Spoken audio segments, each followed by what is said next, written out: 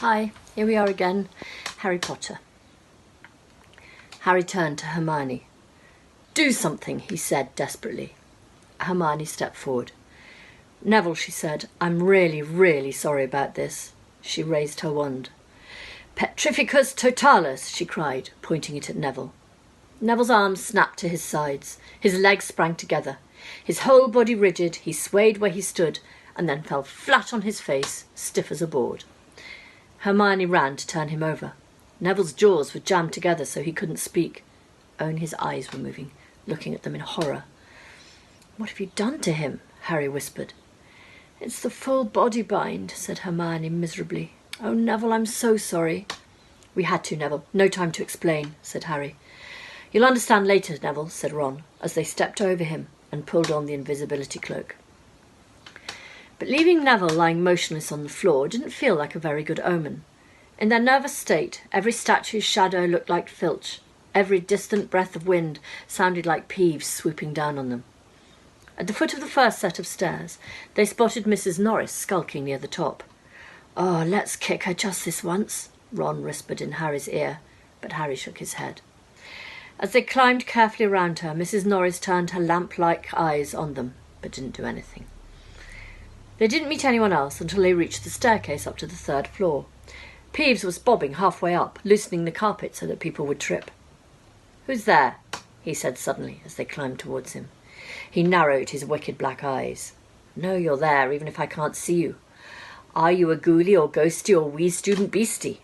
He rose up in the air and floated there, squinting at them. "Should call Filch, I should, if something's creeping around unseen." Harry had a sudden idea. "Peeves," he said in a hoarse whisper. "The bloody Baron has his own reasons for being invisible." Peeves almost fell out of the air in shock. He caught himself in time and hovered about a foot off the stairs.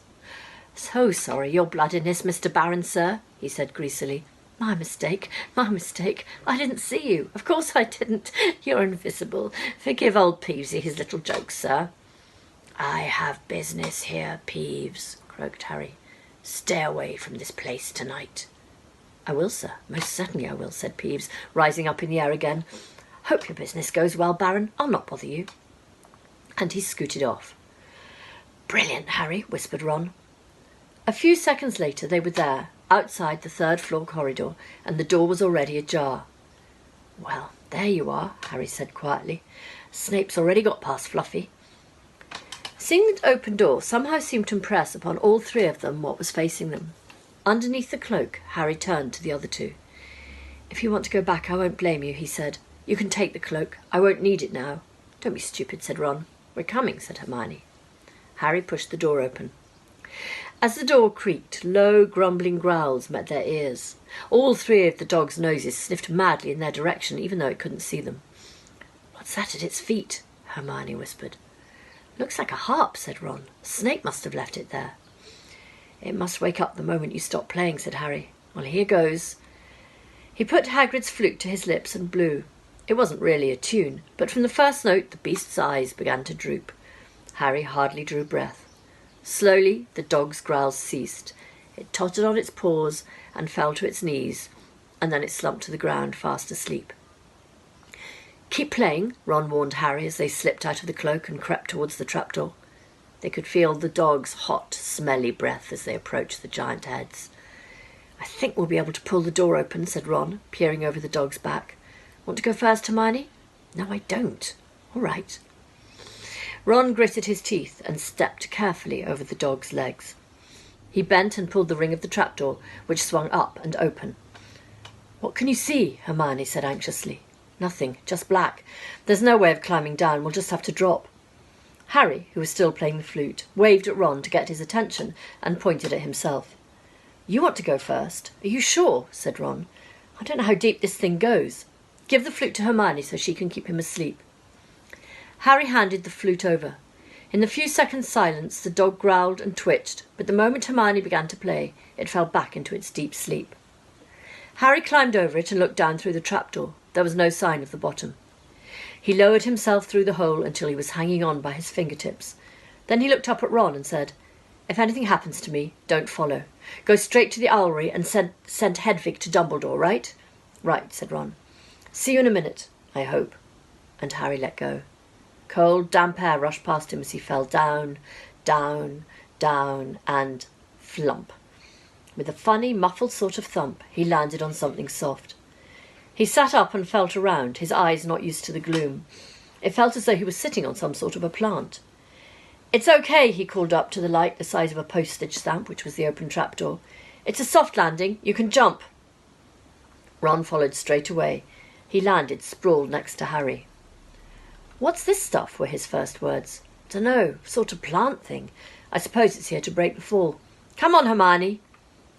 The distant music stopped. There was a loud bark from the dog, but Hermione had already jumped. She landed on Harry's other side.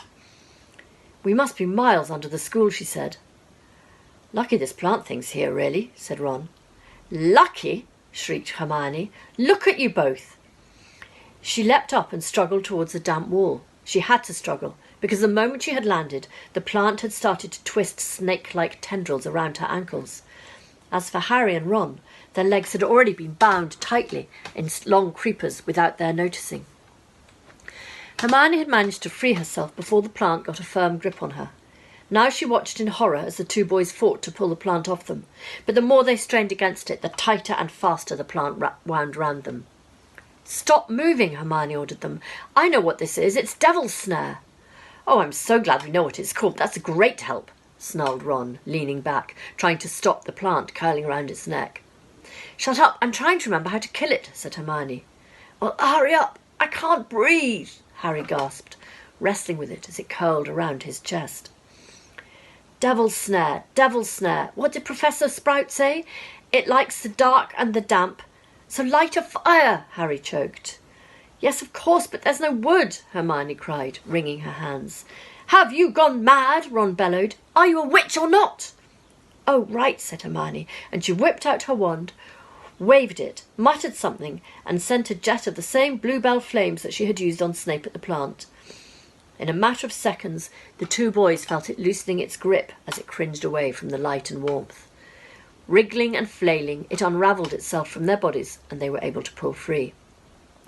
Lucky you pay attention in herbology, Hermione, said Harry, as he joined her by the wall, wiping sweat off his face. Yeah, said Ron, and lucky Harry doesn't lose his head in a crisis. There's no wood, honestly. This way, said Harry, pointing down a stone passageway which was the only way on.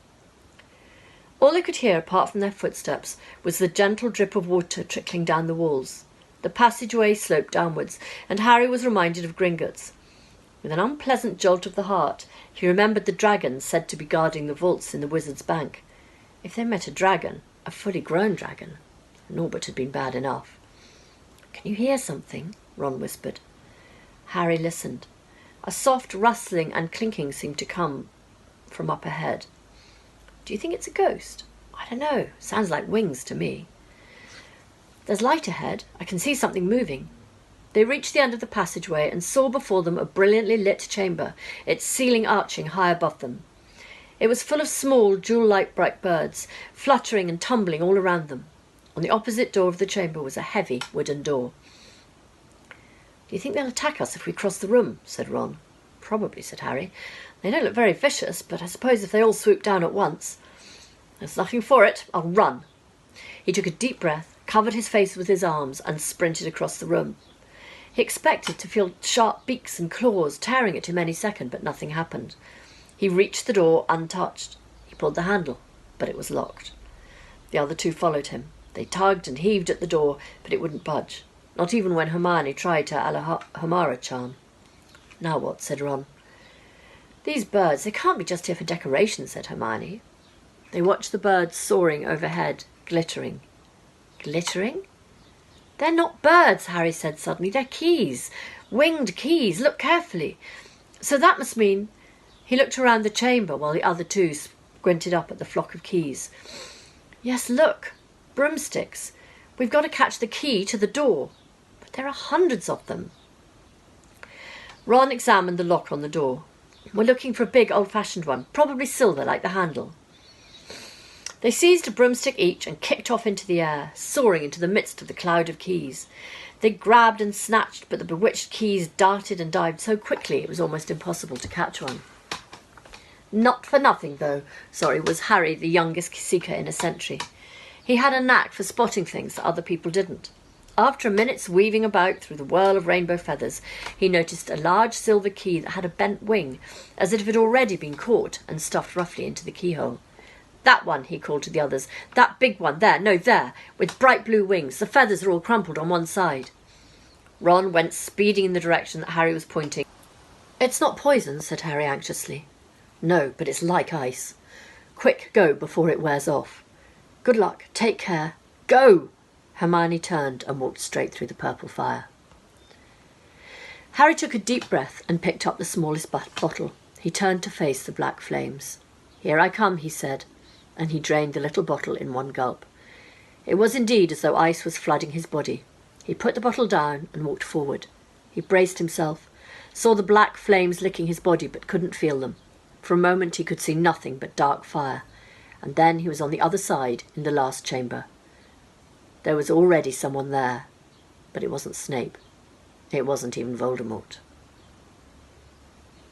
So I hope you enjoyed that, and I hope you enjoy the rest of the book. Bye.